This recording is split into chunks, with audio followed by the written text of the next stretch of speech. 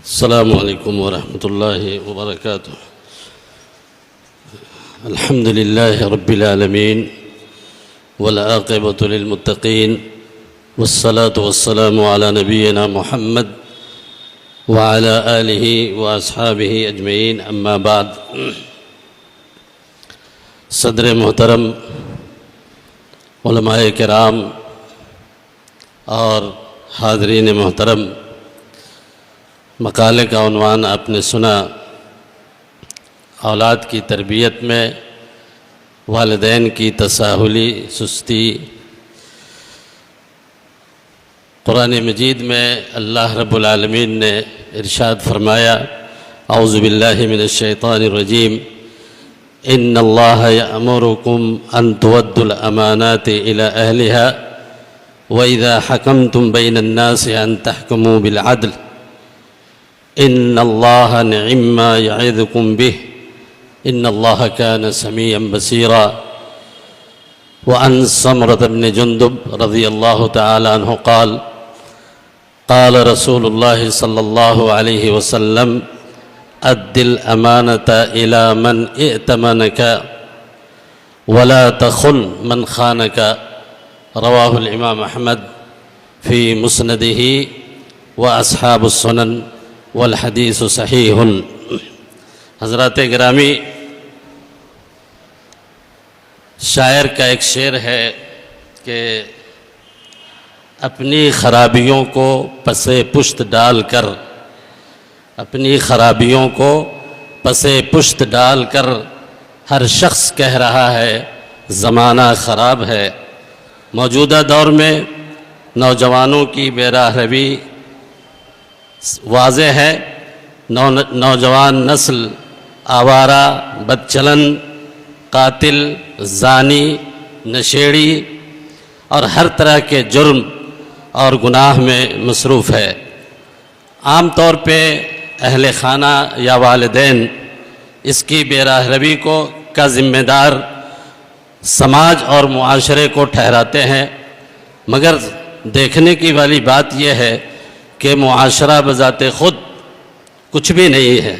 ہم سب مل کر معاشرہ بناتے ہیں، سماج بناتے ہیں، اور سبھی اس میں کسی نہ کسی طرح بگاڑ پیدا کرتے ہیں۔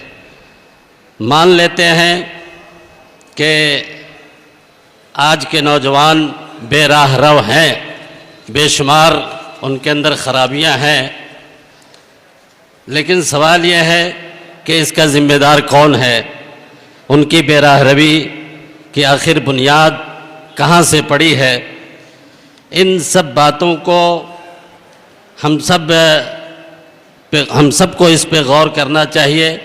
مقالے میں میں نے بہت تفصیل کے ساتھ اس کے اسباب اور اس کے علاج پہ بھی گفتگو کی ہے، لیکن وقت چونکہ مختصر ہے، اس لیے میں چند باتیں آپ کے سامنے رکھنا چاہتا ہوں۔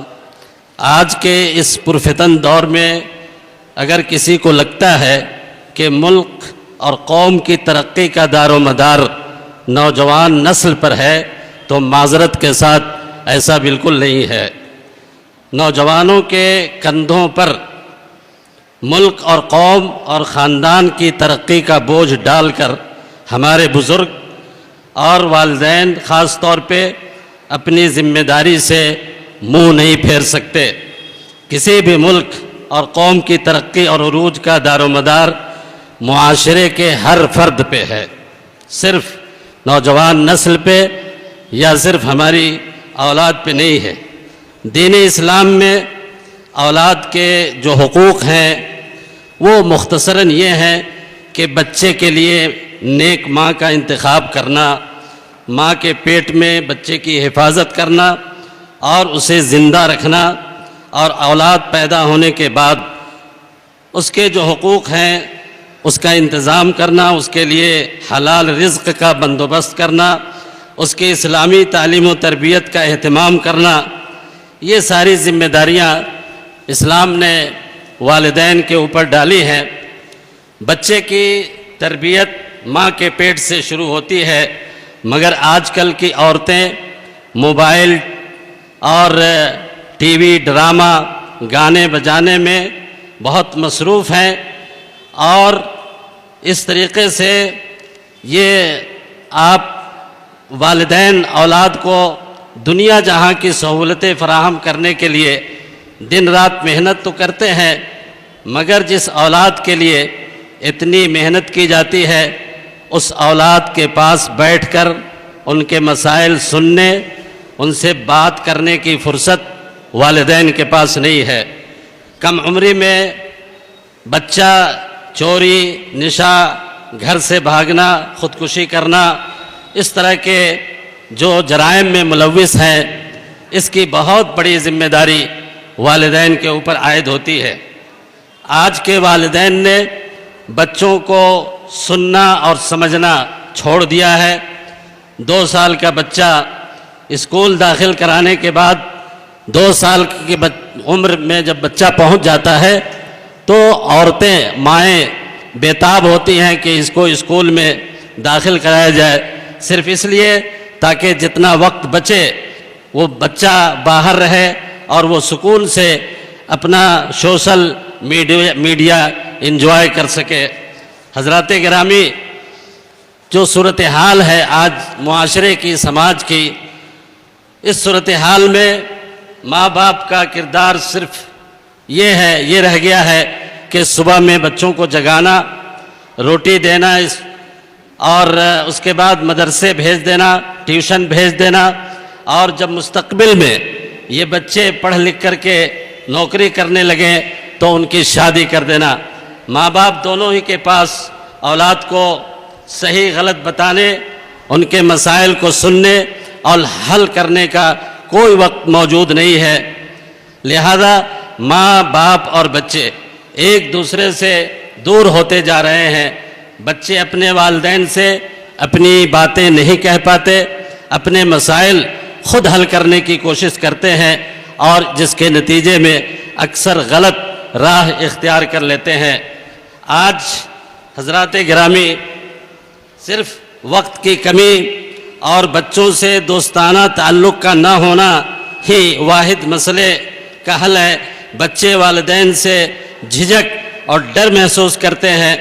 اگر وہ معاملہ والدین کو بتائیں اور والدین پوری توجہ کے ساتھ اس کو سنیں، اس سے گفتگو کریں، مسائل کو حل کریں، مکمل آزادی اگر نہیں تو کچھ بچوں کو آزادی دی جائے، والدین کا روب بھی قائم رہے، مگر صرف اتنا جتنا ضروری ہے۔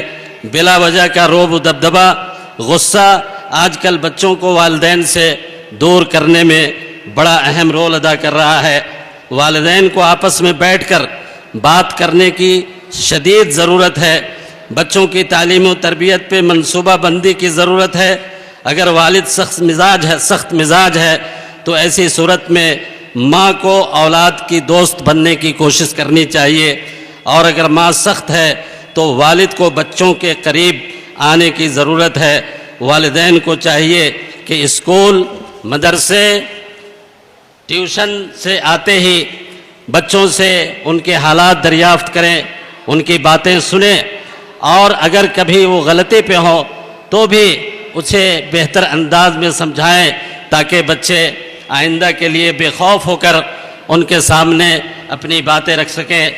والد جتنا بھی مصروف ہو، رات کو لازمی طور پہ بچوں کو اسے وقت دینا چاہیے، ان سے تعلیمی سرگرمیوں، ان کے دوستوں اور اہل خانہ کی سرگرمیوں سے متعلق معلومات حاصل کرنی چاہیے۔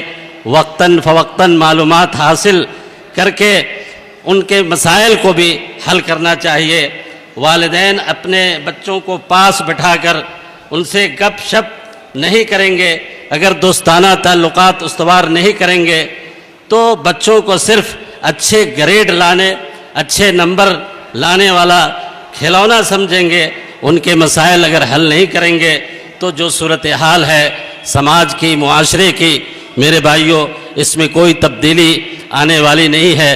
اسلام نے اس مسئلے کے لیے بہت ہی تفصیل کے ساتھ اس کا حل بتایا ہے، اور میں نے تفصیل کے ساتھ اس کو ذکر بھی کیا ہے۔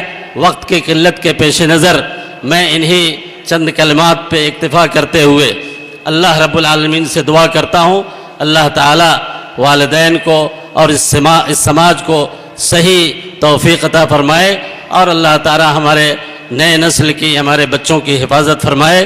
وآخر دعوانا ان الحمد للہ رب العالمین، والسلام علیکم ورحمۃ اللہ۔